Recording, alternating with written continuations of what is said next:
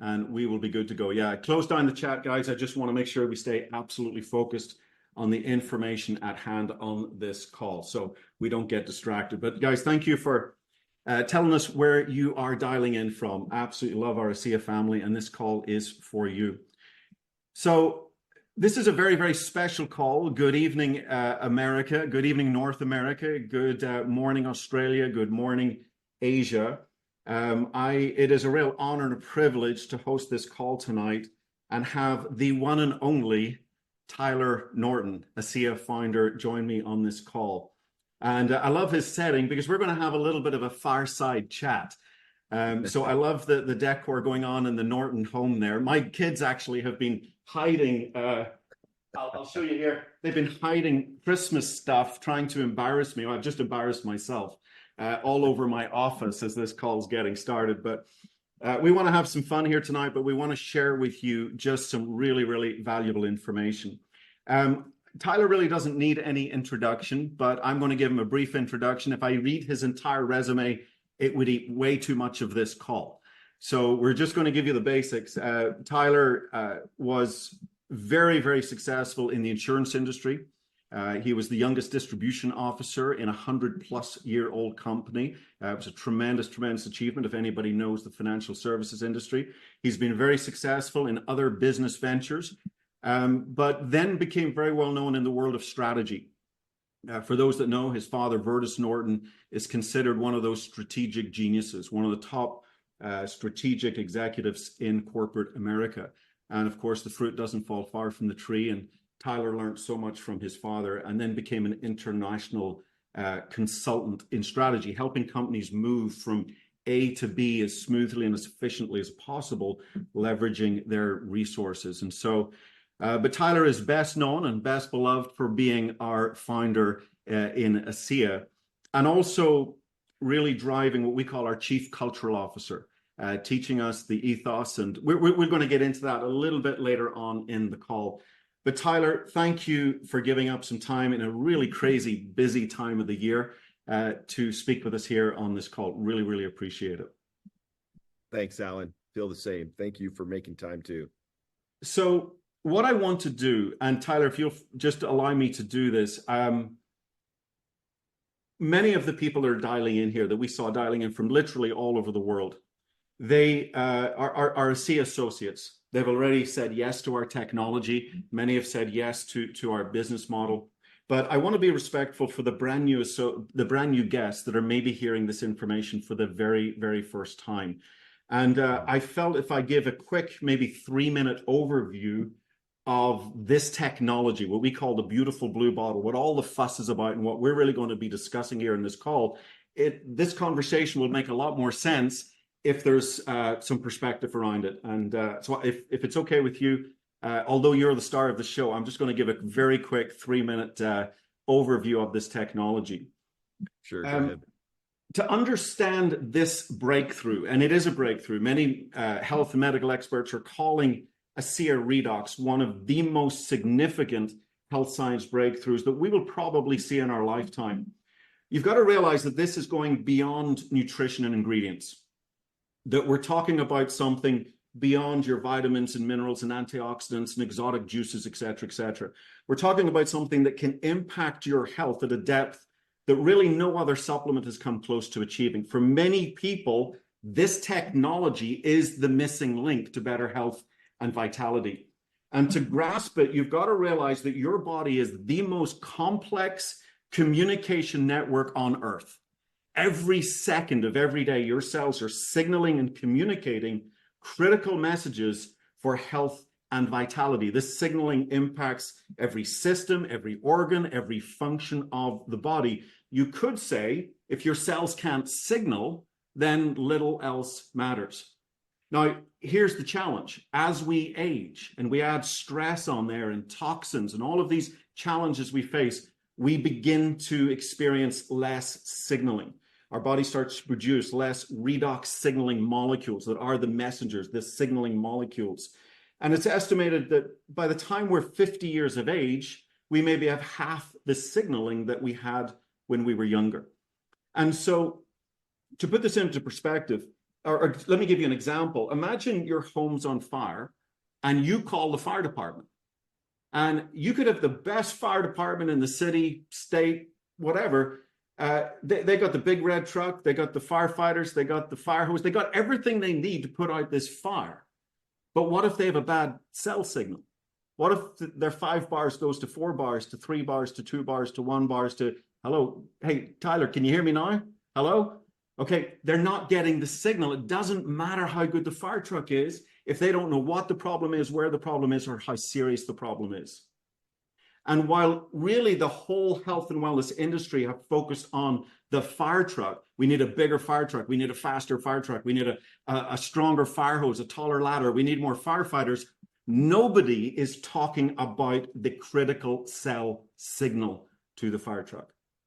And this technology represents the first time where we can refuel, replenish, restore our body with more of this signaling, more of these signaling molecules, and the results in people's lives can be absolutely astonishing. Another way to think of these molecules, they're literally high energy molecules that are donating their energy into your cells, literally firing up your cells so your cells can function at optimal efficiency. Your body can start to do what it was designed to do. In many ways, work like it did when you were younger. And we have seen this dramatically impact people's health, people feeling better. As I said many times, the missing link to better health and vitality. We've seen athletes experience improvements in endurance and recovery.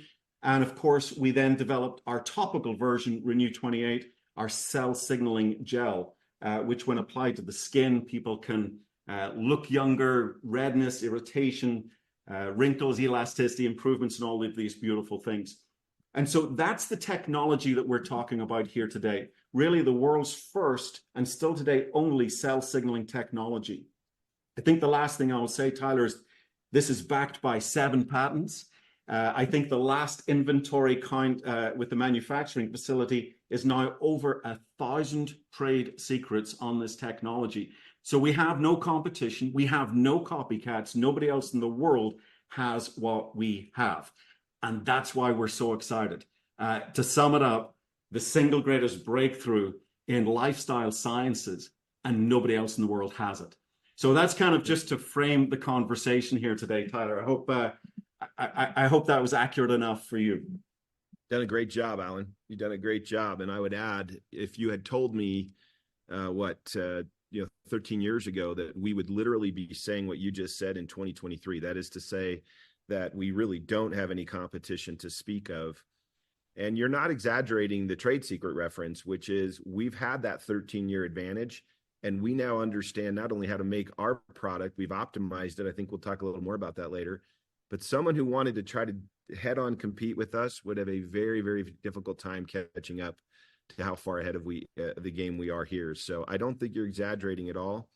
And we're in a very unique spot. If you're listening on this call and just getting to know us, I can assure you, you're really intersecting with something unique. Yeah. I mean, I remember 14 and a half years ago is when I first met you and your father and this technology. And back then I thought, well, maybe if we get 5 years, you often talk about the center 4 squares of the chessboard. If we get 5 years, that's a good head start. And yet here we are now, 14, almost 15 years into this journey, and there's still no competition on the horizon. I wouldn't have believed it. I really wouldn't. And that's very sincere. I think to be in this position is pretty favorable. Yeah. Look, since we're on the topic, let's talk a little bit about patents and trade secrets and why we're veering more towards the trade secrets to keep that competitive advantage. Yeah, early on, I remember distinctly, in fact, with you at several meetings, talking about what we called sustainable competitive advantage. And I don't really know that you can establish a competitive position if you're not having some meaningful advantage that can be sustained. And I think the sustaining portion of it spoke to, how do we make sure that no one can come in and duplicate what we're doing? And early on, we pointed to a patent portfolio where we've invested a fair amount into, and we continue to do that, by the way. But there comes a time when patents and continuing to ladder or build a portfolio of patents may or may not be your best choice in terms of creating what I call widening the moat, actually creating more of a protection around your castle.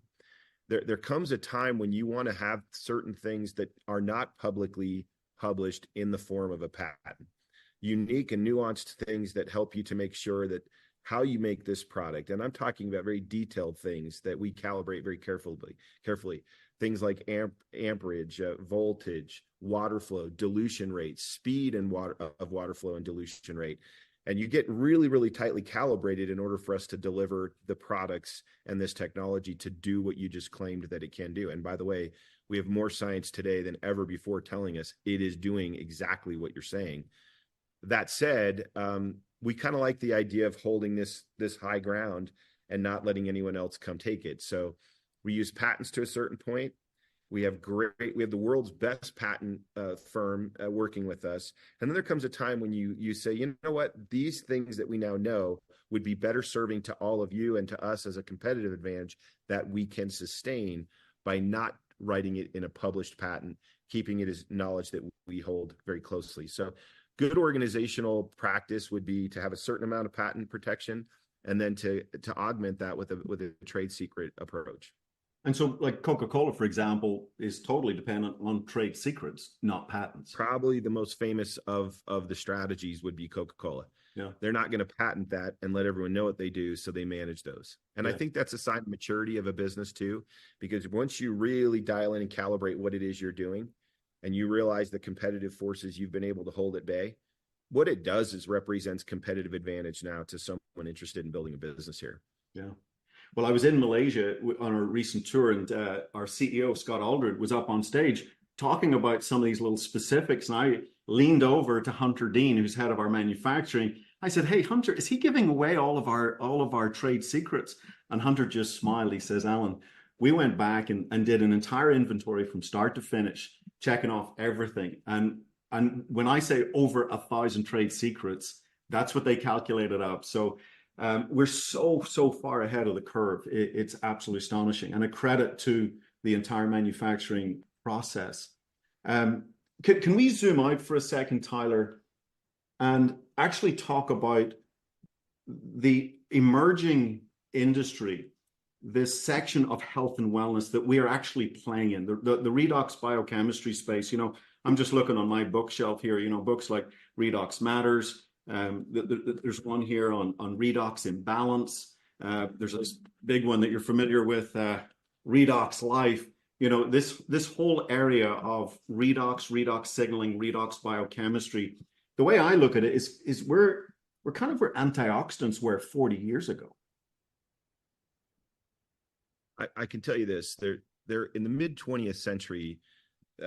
The free radical theory of aging really was the basis behind the antioxidant movement. The idea that you had a free additional electron that could do damage, causing oxidative stress in the body. These are all kind of buzzwords that carried the day for the second half of the 20th century.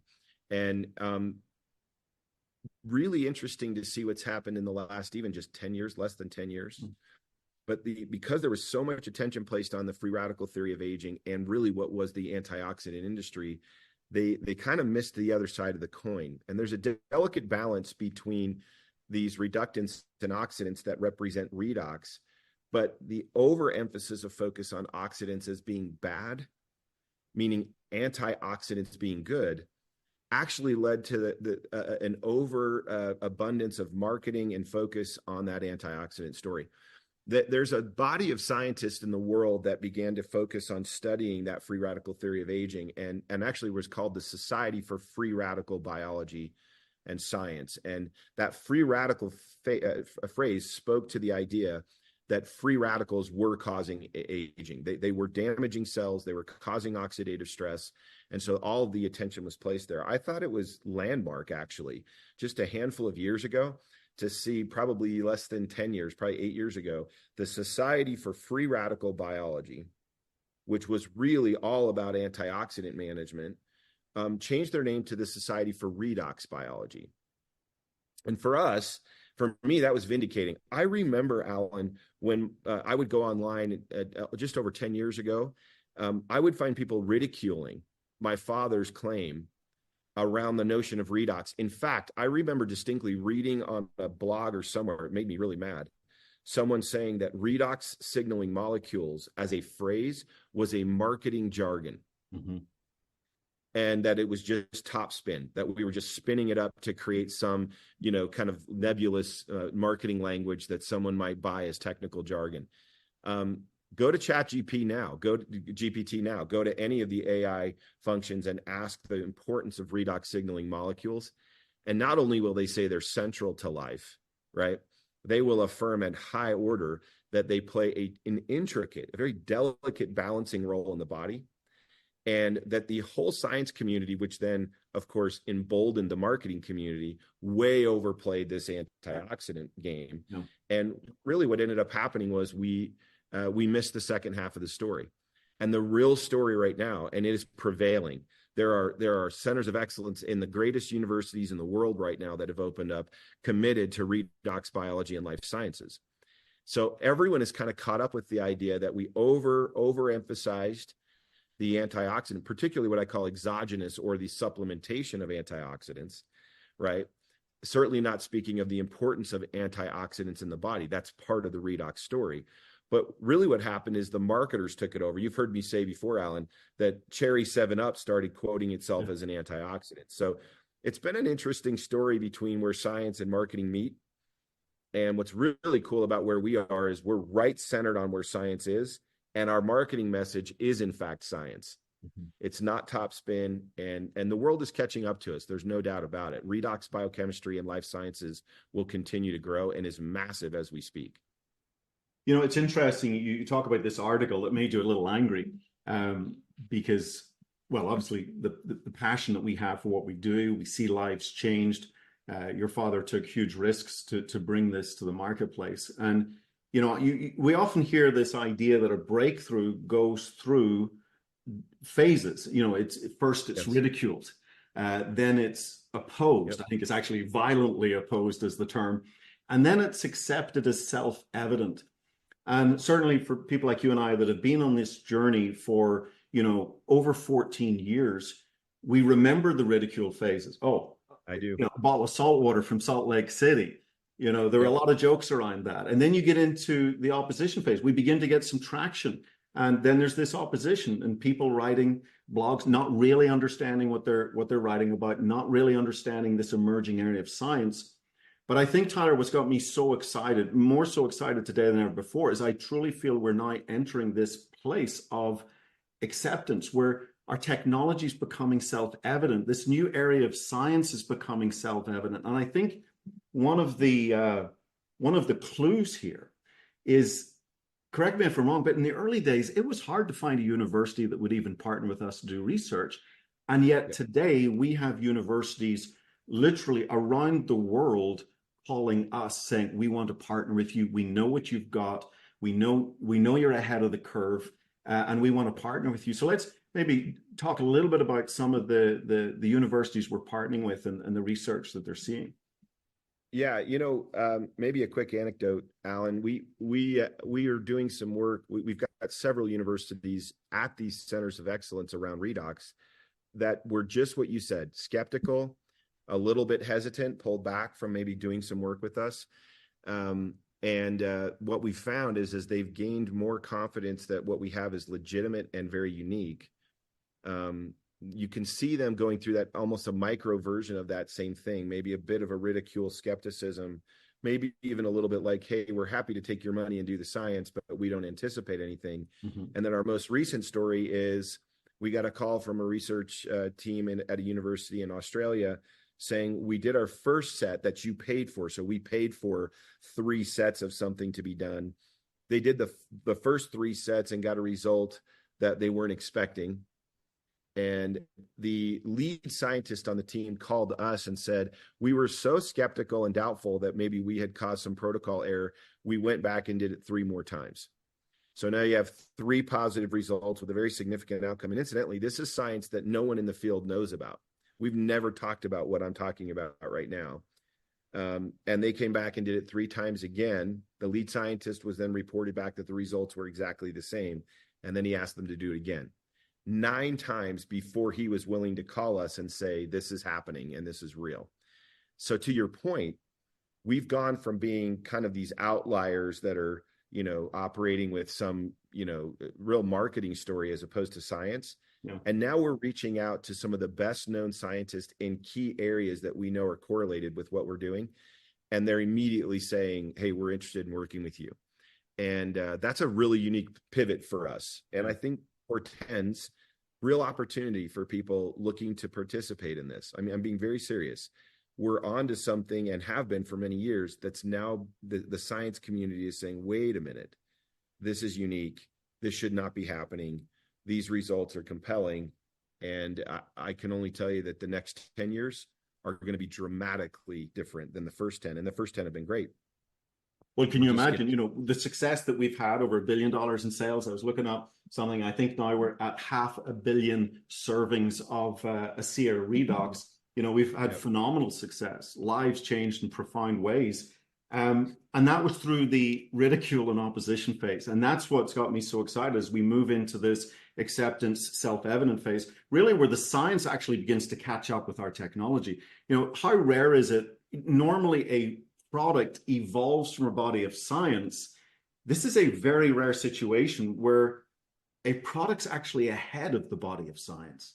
Have you ever seen that before? Not that I can recall. I mean, maybe I always laugh and think about penicillin. I mean, think about it.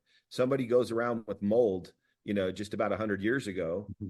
And of course, the acceptance curve was not there. In fact, if there wasn't a world war where the need for it became so evident, its both development and scalability would never have happened.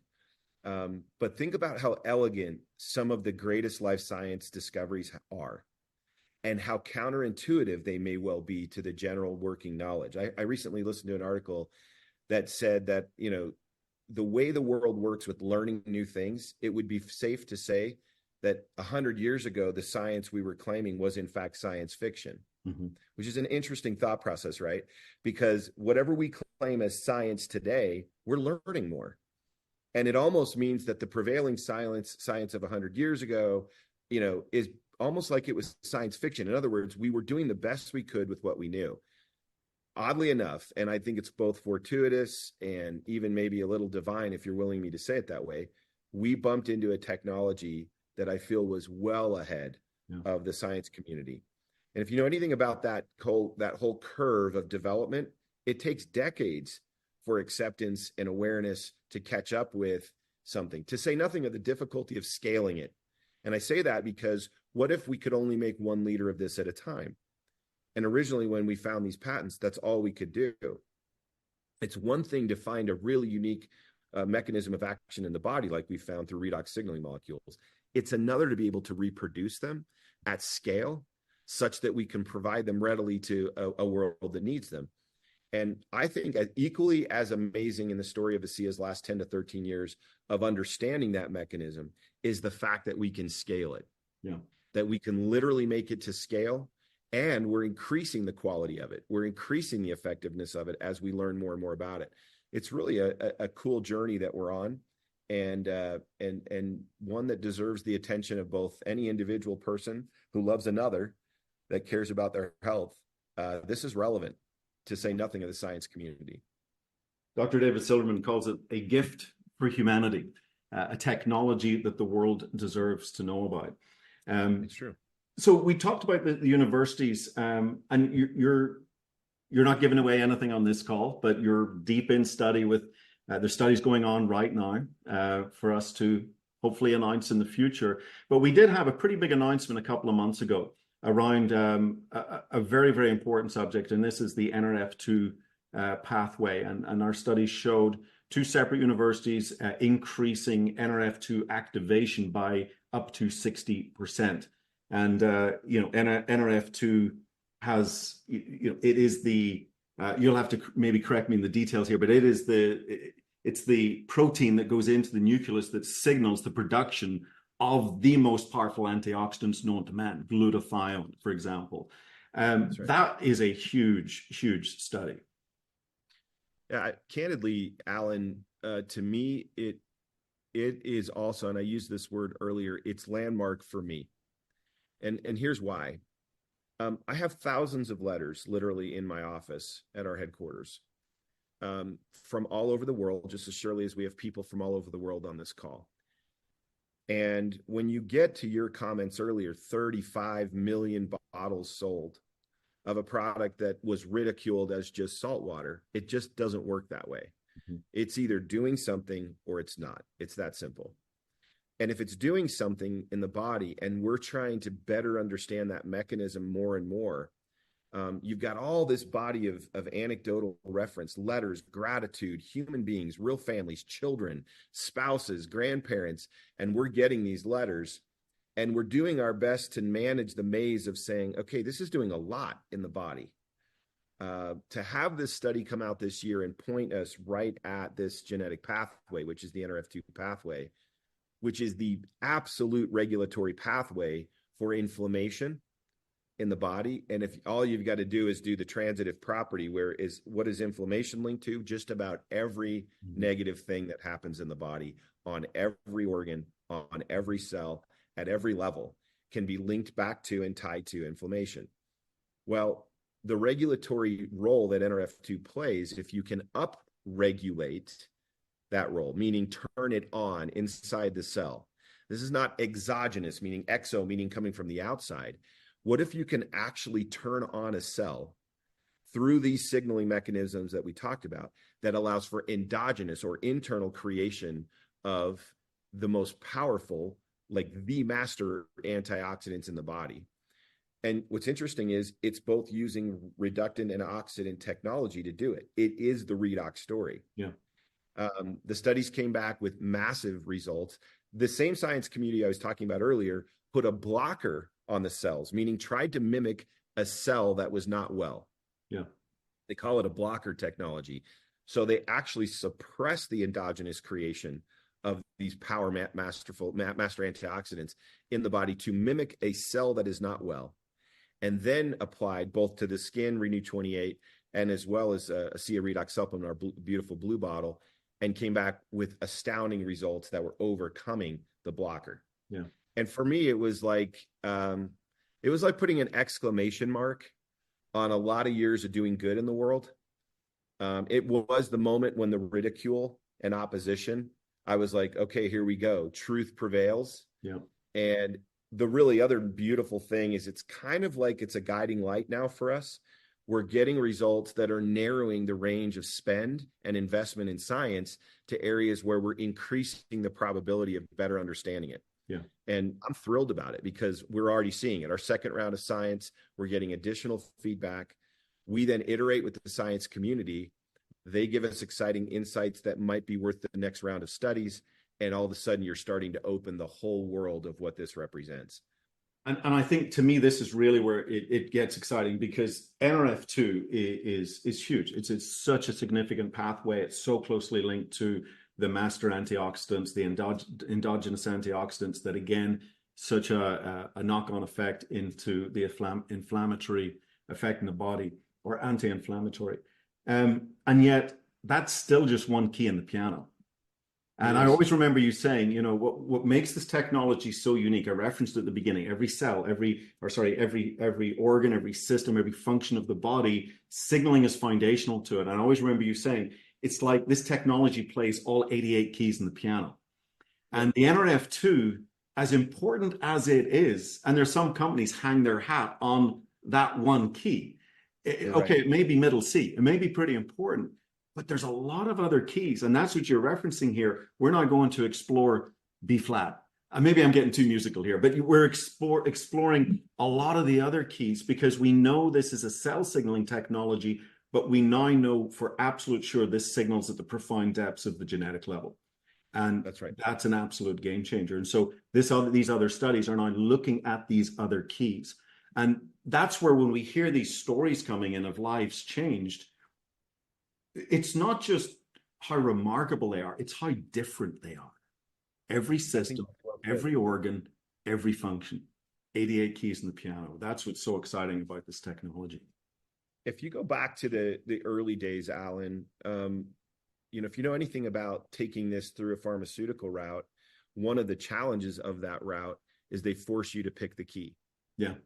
They literally force you to say, what is this that you're representing? What is the key it plays in the body's piano that makes a difference? And one of the things I feel like my father was prescient about was the notion that to do so would be to narrow the implications and impact of what we had. And he took a great risk by turning his back on those traditional channels, which, by the way, are terribly expensive, over-regulated in many regards, and frankly, oddly enough, may not want what people need to get to them. It's a really interesting model. It's not all pure-hearted, as we all know. But now what we're seeing is, if using your fire analogy, if NRF2 is the fire chief, and if the signal that it sends to the fire chief is to translocate to the nucleus and create an army, call in the army to address the fire, and if I can make more fire chiefs active at a cellular level, which is the cascading effect of our product, high energy molecules ready to provide a signal that are being introduced to the body, already native to the body. Those high energy molecules are so small, they're able to enter a cell. When they enter the cell, they're now in the milieu of the cytoplasm, and they alert a fire chief to a problem. They release that chief into the nucleus, and now you're upregulating a response. Here's the cool part. There is a cascading and signaling effect that then takes over from there. It's not just a single cell, of course. We are a multicellular organism. And so there's been years and years. If you're an evolutionist, say whatever you want. If you're a creationist, it doesn't matter. The point is, we know that when a cell is operative, it's influencing and impacting its neighboring cells. And to the degree that I can turn multiple ones on with these redox signaling molecules, which we create outside of the body, stabilize into a bottle, and provide as a supplement, those then are awakening a whole response at a cellular level that's cascading well beyond any one cell. Yeah. You know this. We have to speak about a single cell experience, but our cells are firing all day, thousands into millions of times, and even just small amounts of time. So my story there is to have both all of the anecdotal reference to your point of how it's helping topically, or people with skin issues or challenges across the body that are broad and diverse, to your earlier comment, which I thought was well said. The diversity, the range of impact. Now we can see, well, of course, we're affecting the cell. Everything you have, every organ in your body, whether it's, you name any tissue, it's cellular. And those mechanisms are universal in each cell, regardless of its differentiated role, whether it's a heart cell or a lung cell, right? Doesn't matter. And to have something like that so universally needed and accepted and relevant, well, it's probably a 180 key piano. Yeah. It starts to make the piano really wide. Yeah. And that's why the stories that we've gotten back over 14 years really put me in a position where I'm like, look, this isn't on trial anymore, right? Like, I'm not asking anybody's opinion. If you're exposed to this, it deserves your attention. Yeah. It really does. Yeah, beautifully said. Hey, let's talk about the very first story that you were exposed to. You've shared it quite a few times, but I love it because here you are, the son of Vertus Norton, and yet you were a skeptic to start with. And it's very clear now you're a believer. But when you started your journey, you were a skeptic, and I'd love you to share just a little bit about that story and the transition that you went through in that process. Well, I think the word skeptic is probably nice. I mean, honestly, I was doubtful and fearful. Yeah. It wasn't just like a little skeptical. I was doubtful and fearful, and I'll be quick and tell you why. One, what was this going to do to people? Was this going to be additive? Was it going to interact negatively with someone or something? And so I was concerned about it. And doubt and fear, as I've shared before, kind of are kissing cousins, right? They kind of roll together. My dad was becoming increasingly convinced. I was becoming increasingly doubtful. It wasn't until I was made aware of a neighbor of mine dealing with a very, very serious challenge, who had reasonably wealthy in-laws that had spent untold amounts of money flying him around the world to specialists to solve it, with really no success. And I became aware of this through a church and religious organization commitment that I have, and where we were just discussing people in need, whether someone had just lost a job or was in need of help with something small. And this one was brought up as a big one. And there was a question as to, well, what do we do?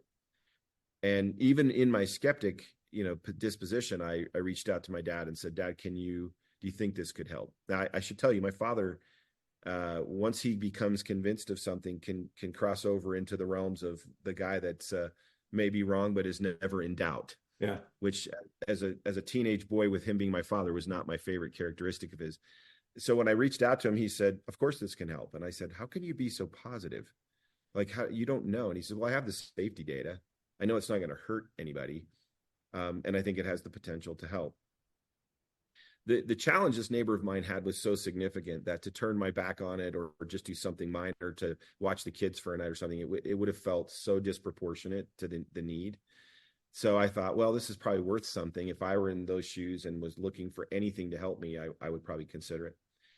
I've told this story untold amounts of times, but I was so scared and so fearful and doubtful that I got nervous sharing it directly with him. And in my first true network marketing experience, I shared it with the leader of my church, and then backed away and let him share it to my neighbor. I didn't realize it at the time, but it was foreshadowing a networking commitment. Yeah. To the credit of my church leader, he was willing. He was willing to share it. He asked me, what is it? I said, I don't know. He said, who gave it to you? I said, I can't tell you. I was so scared. And it's kind of become comical now. He walked it across the street to this neighbor. Literally, they lived across the street from each other. And I withdrew myself for fear that maybe it was negative. And 3 months later, he's calling back needing more of the product, which was, mind blowing to me. When I finally made the connection direct and said, listen, I'm a little embarrassed. I was the one that gave this stuff at the time to this neighbor. And he got emotional and said, are you aware of what I think you've done for me and my family? And I had to answer to him, no. And I think the point is that, if you're on this call right now and this sounds odd, too good to be true, you feel fear or doubt to share this with people you love or know, or even to try it yourself, the first thing I would tell you is I don't blame you, and nor do I even question that. I think the only way to truly come to your own basis of understanding and belief in this is through the process of actual experience. And in this instance, this was my very first one. And I invited him to my home. I asked him to tell me what had happened. And when that you cross over into that what if space, that liminal space of what if, nothing's going to be the same. And yet you still kind of want to go back to your disposition of disbelief. But then someone literally in front of you, a real person, not some marketing machine or engine or video or something produced, but like a real human being, is saying, I introduced this into my situation, changed nothing else, and my situation is improving. And Alan, I'm embarrassed to say this. I was so skeptical. I invited them to my home. I dropped a tripod in the family room and I recorded the whole thing, listening to them talk. And that was my first experience that kind of cracked the what if moment for me. Mm-hmm. And I moved from fear and doubt into a place of hope. And hope started to engender an interest in investing more in it, to the sense of saying, hey, if this can help one, why can't it help more? Those additional experiences started moving hope into a place of belief, moving further away from skepticism, doubt, and fear. Belief always precedes action. Think about it. You wouldn't get up in the morning if you didn't believe you'd make it to work. You wouldn't do anything without some measure of belief about what it might yield and go to. You wouldn't eat food if you didn't think you could digest it. I mean, I think we underestimate the power of belief. Yeah. Belief, all meaningful action is preceded by belief. And that's what happened to me. I went from fear and doubt into hope, invested in hope, started to see real experience that was drawing me out of hope into a place of firmer belief. And that belief then ultimately led me to the place I am today, which is action, meaningful, massive action, like running a business in 33 countries, saying this needs to be in the hands of every person I can get it into. Yeah. And it's been a beautiful journey. One I'm not embarrassed of that I didn't believe in the beginning, because I genuinely think it sounds too good to be true or too simple, but it's as profound as we're telling you. And that's an experience that I'll never trade. It was really my own genesis of how I got into this. And then since then, obviously you mentioned a global business, 33 countries around the world. You've been all over the world with ASEA, and people obviously come up to you and they share their story with you, and that's just it's just snowballed and snowballed and snowballed. What are some of those? What was it like when people come up to you and tell you how this technology has changed their life? It's sacred, period. It's sacred. When a person, probably one of my most favorites in Lexington, when a woman walked up with her husband, who, and I would have to say this, there's no way they were networkers. They weren't coming from the industry. Very, very noble, regal looking man. And I noticed, I'll never forget this, is one of those moments where you just kind of zoom in, and I noticed his bottom lip under a very, very well-groomed, beautiful white beard was quivering. And he had yet to open his mouth. And his wife noticed, and she put her hand on the small of his back and said, "You need to tell him." And then this gentleman proceeded to tell me of his challenge, similar to my neighbor, and began to speak with great emotion about how this had blessed his life. And yeah, I mean, when you have a moment like that, that's real. And I've shared this, I believe, with you and a couple others over the years. It was so real that I needed to find a place to compose myself, because there's just no topspin about it. It was real. And if you're listening and think I'm making this up, I get it. I'm a skeptic too, but I can tell you this is real. And those are the moments when you get paid, as Cindy Buck says to me and has said, you get paid in goosebumps, because you just almost, my dad, I've walked in on my dad, Alan, where he's had letters, he's sitting in a chair. It's kind of the way you would anticipate. It's like my family room right here. And he's sitting in a chair and he's got 4 or 5 letters that are torn open and resting upon one another. And then he's holding one. And I walked in one day, this is years ago, and he was emotional. And my dad's not that way. He's not given to that. But he just looked at it and he shook it. And he was embarrassed that I was catching him emotional that day. And he handed it to me and said, "What do you want me to do about that?" It's his exact words. He goes, "What am I supposed to do about this?" And I read it, and it was a family sharing a very profound experience. And when I looked up over the letter and saw my dad, his lip was quivering, and he goes, "What do you do about that?" And I said, "Dad, you just keep it going. You just keep it going, because it's got a life of its own. It's beyond you or me, Alan. It's meant to help people." It's bigger than any of us. So let's talk about your dad, the beloved Vertus Norton. I remember my very first meeting with Vertus in May of 2009. And I saw that same lip quiver when he was telling me the story. And I could tell that this was a man that had just tremendous passion and belief, and conviction that this was something the world deserved to know about. And he'd made some sacrifices and took some risks to bring it, the distribution method. Well, let's talk about the distribution method that we've chosen. Network marketing, word of mouth marketing, referral marketing. I actually like to call it educational marketing, because this product does require some education. It requires some personal experience, but that was a risk for your dad. Yeah, probably bigger than anyone on this call realizes. Very traditional consumer packaged goods background, rolled out product. My dad created Crystal Light, for those of you in North America that know that product. He wanted to call it Crystal Falls. And Jim Kiltz, who's probably the most storied CPG CEO in the world, argued with my dad and wanted to call it something light, X Light. My dad said, "Call it Crystal Falls," and they landed on Crystal Light. So you got a guy in my dad who ran a $1.7 billion beverage division for General Foods, which later was merged with Kraft Foods, which is one of the largest food companies in the world. Here's a guy that knows how to take a product to market through traditional channels. And it took him 0 time to realize that it could not go through traditional channels. And we're talking about a person who understands those channels well. That said, he did not understand this channel. And by this channel, I mean, those of you listening to this right now, you making a conscious decision to invest and arm you with this unique technology. Why?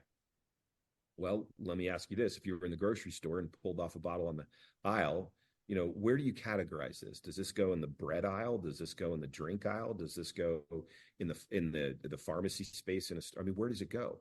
And when it's there, how do you position it? There's nothing like it.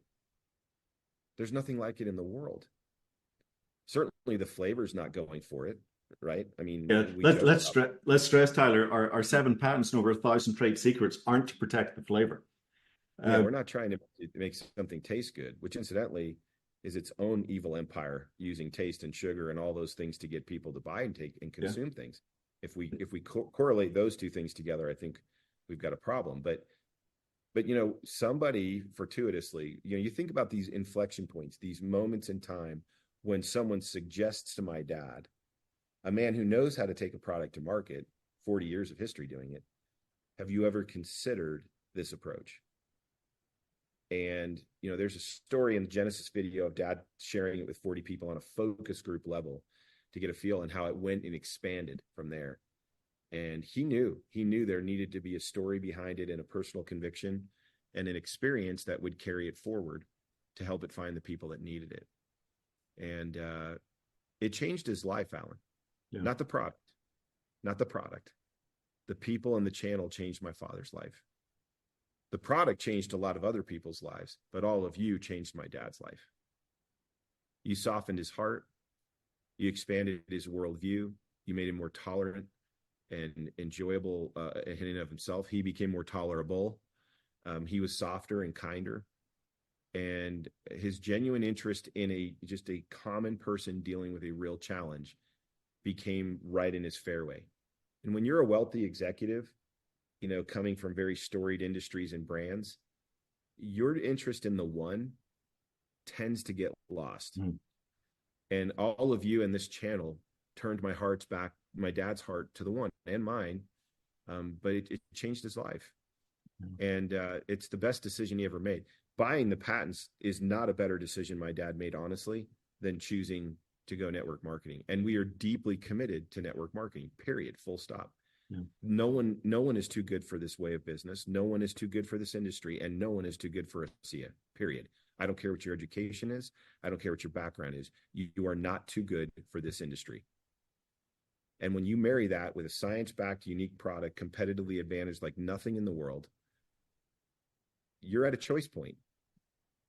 And that is this worth some of your time? Is this worth someone you care about? And the fact of the matter is, it is. And if that sounds like top spin, it's not. It's just real. I walked away from a master's in international finance. I just started a master's when somebody introduced me to this business model. And I really fell in love with the business model, the pure economics of the business model. It took me until I found ASEA to find the correct coming together of the product, the company culture, and the business model, because all three are very, very important. It's like a three-legged stool, if you've only two legs, you're going to fall over. And but sometimes the network marketing industry, Tyler, and I'm sure you saw it in your professional circles. I'm sure you'd been approached before, to sell a product or something like that. It sometimes gets a bad rap because I think it's done unprofessionally. And you a couple of years ago, you started talking not network marketing, but next level marketing. Let's take this industry to the next level. Do you just want to share briefly? We've got about what do we got here? About 10 minutes or so before we're going to wrap this call up. Could you share just a little bit about what you mean by next level marketing? Yeah, I had a really unique experience several years ago, sitting quietly and pondering where I hoped we would go as a company. And I was staring at the letters MLM, multi-level marketing. And I kept saying, the second you say network or MLM, multi-level marketing, people have an immediate response to it. And then I thought, what if we move from MLM to NLM, to next level marketing? What would that look like? And I started sketching words on a page of saying, what is the paradigm shift that would have to take? And it was words like this. It was, we would need to move from trying to convince people to being convincing in multi-level marketing's past. We would need to let that go. Yeah. And we would move from convincing to being convicted. Deep, abiding conviction of what we're meaning to do. The sense there, very nuanced, right? The sense being that if you believe in what you're doing, you're never on trial. If you're trying to convince people of something, it might come from a place where you don't even believe of it. it at all. Think of the person that works at a car dealership that has never driven a car that he sells every day or she sells. So that was the first one. And it started to cascade from there.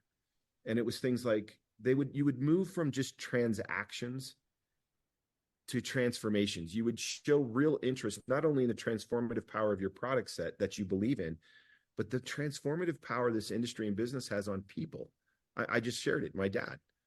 It doesn't matter what level of the business you're in. It awakens you to the plight of an individual human being. It is the most sacred form of genuine, almost a ministry, if you will. I'm sorry to say it that way, but it's like you become invested and interested in someone else's pain, which was the third dimension. Move from compensation to compassion. If we were really a next level organization, we would be highly compassionate. That means, that's a compound word, right? Calm meaning together and with. Passion meaning suffering. If you look at the etymology of that, it's suffering. You would become very schooled in what it feels like to suffer with someone else. That suffering that they were experiencing would move you to action from a place of belief and compassion. So I worked on it for weeks. I just kept saying, what else would we do? We would move from income, overly emphasizing, over promoting the income, to the joy of what it means to become, to really changing your life and saying, I can look back and say, I'm a better speaker. I'm a better person. I've higher character. I have deeper compassion and empathy for other people. You would move from trying to get others to do something, like just convince them, persuade them, and get them to do something, to really becoming concerned, am I doing something for others? Am I able to actually make that my primary emphasis? And the cascade went all the way down the line. It was things like, transactions to transformations, income to become, compensation. The industry's indictable. All they do is run around waving the flags that you're going to be some country club member in a week if you just sign here. It's a lie. But what can happen is both compassion. Now, be careful here. What I'm trying to say is, are transactions bad inherently? No, of course not. Is being convincing bad? No, not at all. Is income bad? Not at all. In fact, if I have a mission of anything in this life, it's to get good people more money. Because I'm tired of bad people having more money and their ecosystems instead of ecosystems, where it's all about me, ecosystem, versus saying, no, I want to use my money to promote an ecosystem. Eco coming from the native word oikos in Greek, which is the whole house. Everyone wins and benefits. So anyway, I know we're running out of time, but when you have a next level technology, and there is no question, we are a next level technology company. We are a biotech company that chose to distribute through you, period. If somebody, what is this all about? It's a biotech. And we chose to distribute it through humanity, with humanity. It's that simple. What if you have a next level product, next level technology? Is it possible to have a next level corporate soul where you engender these beliefs and kindness and civility and concern and stop over promoting, getting others to do something or being able to present your opportunity? How about just be present? Yeah. So, those are slippery notions a little bit, but what I've learned around the world, regardless of the culture, people get it like that. Yeah. And I believe the industry as a whole has migrated to the least resistance. Let's just talk about money. Similar to what my kids are dealing with social media every day. It's like the optic. That's another one. Move from optical to actual. Mm-hmm. Stop letting what something looks like control and carry the day. What if it's actual? What if it's just real? What if I'm working inside out to change my character and the way I treat and see other people? So that's something we call our ethos, which is the distinguishing spirit of our culture. And I'm trying to create new lexicon or language about what it means to move that paradigm away from the old world approach of network marketing into an MLM and move to the next level, NLM. What does that look like? And I think it's next level technology married with a beautiful human group of people committed to these higher orders of living. And then what happens? Well, if you're convicted, really believe it, I guarantee you'll be convincing. Yeah. And if you're transformational, I guarantee you'll have transactions. And if you're really worried about becoming and overcoming as a human being, I guarantee you'll have income. Mm. So none of those things are bad in of themselves, but to make them the aim as overemphasizing them as both aim and method, I think diminishes the higher order. Yeah. And I think there's a parallel to our product being next level and our people being next level. Gosh, I hope, and I hope our listeners here, we've gone almost an hour here, and we haven't lost one person. Over 800 people on our call here listening to every word you are saying, Tyler. And I hope people are understanding. Our good friend Mal Sword will say, "I don't think I'll see another ASEA in my lifetime." And when people ask me, Alan, give me the magic pixie dust of success. Maybe at a convention or meeting someone, and they say, give me the secret of success. I'll tell you, don't take ASEA for granted, because ASEAs do not come along very often. And I'm not just talking about this astonishing breakthrough technology. I'm talking about exactly what you spoke about, the corporate, the ethos, the culture, this concept of next level marketing. It's these coming together that makes this such a unique proposition for people that I certainly hadn't seen in my entire career until I stumbled on ASEA, and I truly don't believe I will ever see again. We have something very, very unique in our hands. Well, Alan, let me just say this. I think I can speak for everyone listening, certainly those that have been with the company for a long time. You are a true ambassador of that ethos, and you are loved and appreciated by so many on this call for the way that you lead, for the generosity of your leadership, which is a really interesting concept, leadership generosity, where what you do embodies this essence of next level, because I do think that you've put a lot of time and energy into this company and benefiting those on the call so that they can learn and use language and other things that you spend so much time on. You're very gifted. And I say to you at this special time of year when our hearts soften a little more around the world, how grateful I am for you. You're a dear brother and a dear friend, and you're a high impact person. You impact the world for good. And it's just an honor to roll with you, period. It's just great. Thank you very much, Tyler. I appreciate those kind words. I mean them. As we wrap up, we're coming into the end of 2023. We've got 2024 to look forward to. I think you and I have had some conversations offline on this, that there's just something stirring in us that this is going to be a big breakout year for ASEA. Where do you see us going, Tyler? I know it's a big question. Well, I'm mindful of the time. I could take another hour talking about that. And probably everybody here would love you to, but let me just say this. The first thing is, where are we going in 24? If I could restate the question, I would say, where are you going in 24? And by you, I mean each of the individuals on this call. I love new beginnings. I love the new year. I love the introspection on the blessings and gifts and positive relationships and all the things that happened this past 12 months. Because as you know, on any given day, it can change. Yeah. Health-wise, life-wise, any number of things. We're seeing a world that in many regards, and if I could, can I just talk to this concept? There's a very interesting interplay between the word amity and enmity. And enmity is mutual hatred. And amity, very similar language, very etymology is similar, is friendship and brotherhood. And I see enough enmity in the world right now, and I think we all do. And the first thing I will say is 2024, we should be powerful agents of amity, not enmity. That's where we need to start.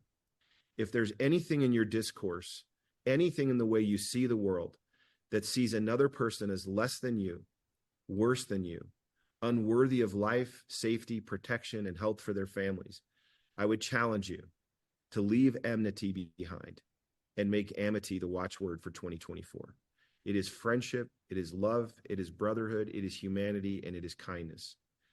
And the more you poke each other in the eye, the more you collude in a downward spiral. So my first word is, what would I hope for 2024? That our world would stop what it's doing with enmity. That's number one. That's far more important than my company. That's far more important than even this technology, because we need redox signaling molecules to change the hearts of people to amity. Mm-hmm. Okay. That's number one. Number two is, if conviction is the real octane the real fuel that drives action. I've never been more convicted. I'm not asking your opinion or anyone else's opinion. I have no interest in editorial comments. We will take this company to its full destiny, which has less to do with financial imperatives and way more to do with human moral obligations. We must find the people needing this business opportunity who are stuck in financial cul-de-sacs and put them on the superhighway of their potential. They're stuck. Mm-hmm. We've got to take this more seriously, that what we have should be shared more aggressively from a place of conviction, compassion, belief, and transformation, because I have witnessed it. It is transforming lives. When we can get that deep into the hearts of the people on this call at a totally different level, where they're liberated by all of the fears and concerns, the doubts and fears that we talked about, and they can move into action from a place of deep, abiding belief and conviction, we'll begin to even touch the full potential we have. And I do not believe that it's something that only I can signal. It needs to cascade like our product does through the organization of the organism, that through all the cells in the system, and awaken in other people that we can be an agent for change in the physical body. We can be an agent of change in the financial circumstances of families. We can be an agent of change for good in the world and amity in the world, not enmity. Yeah. If you wanted numbers on it, there is no limit to what we can do. But I will say this, I'm not solving for 1 year at a time. I'm solving for decades at a time. That's a very different business mindset. If someone is going to invest their time, energy, most beloved relationships, and lean into the risks associated with this type of a business model, they need to have every confidence that I'm committed to them and committed to continuity of this business. So I'm careful with the decisions. I'm constantly widening the moat. I'm investing in your future so that you can really feel confident. And that's what a relationship is. That's exactly what relationships are all about. Yeah. They're places of safety and confidence that allow you to dream. No one dreams if they don't feel safe in a relationship. So if you said, what do I see in the future? I see a world where ASEA is a beacon of light for amity, not enmity. I see ASEA as a place deeply committed to sharing from a place of conviction what we know and have, because there is an obligation there. And I see us moving away from an environment where we're transactional and looking for some sort of transactional return, but we look to the inherent value of what we're doing. Yeah. And what it's doing to change us, and that it has value in and of itself. So those are some thoughts. Those are fairly high level and maybe some a little too abstract. But honestly, those are my feelings. And that is that I want to build a business that has the right heart, that's here in 20 years, so that people can be good in a real relationship with it. But even that, so many companies today, especially with the internet and social media, it's become a popularity contest. And it's all about how fast can I grow, not thinking how long am I going to sustain, how long am I going to be in business. And since day one, ASEA's focus has always to be a great legacy company. And I love the fact that you're not just planning for 1 year, you're planning for decades. Yeah, and you have to. Otherwise, why would look, if any of you are looking for the microwavable career, I can tell you right now, the slow roast tastes better, right? Takes a little longer, but I don't like a gas station burrito microwave. You think about the metaphor, anything worth doing needs to be invested for the long haul, particularly when you look at it through the lens of a relationship. Yeah. There are no real relationships that are aimed at short term that you want to invest in. Yeah. You want to invest in something that's long term. Yeah. So I hope to create the environment. I think I blow it every day, if I'm being really honest, but I'm trying to create an environment where people can confidently say, I am in relationship with ASEA. Like, this is a meaningful relationship, and I can invest in this relationship because it doesn't feel fleeting and it doesn't feel temporary. Yeah. And that gets you through a lot of hard times when you feel like I'm in a long-term relationship. Yeah. I love it. To believe, to belong, and to become. I certainly find my tribe where it's not about removing the challenge. It's finding that tribe that you want to go through the challenge with. And that's certainly what ASEA has been. So, Tyler, this has just been a fantastic conversation. You are an absolute inspiration. And I'm just going to say on behalf of everybody listening here and associates all over the world, just thank you for your tremendous commitment to do this right. and to provide this safe place for us to grow as entrepreneurs and change lives around the world, what we call making a living while making a profound difference in people's lives. So big thank you to you. Can you please pass on our best wishes to your dear father, Vertus? He is so beloved by the ASEA community. And of course, your beautiful mother, Bonnie. Can you please pass on our best wishes and wish them a very happy holidays? And also to you and your beautiful wife, Alison. Thank you. Thank you so much, Tyler, for giving some time tonight. Thank you, Alan. Much love to everybody. Thanks so much. Thanks, guys.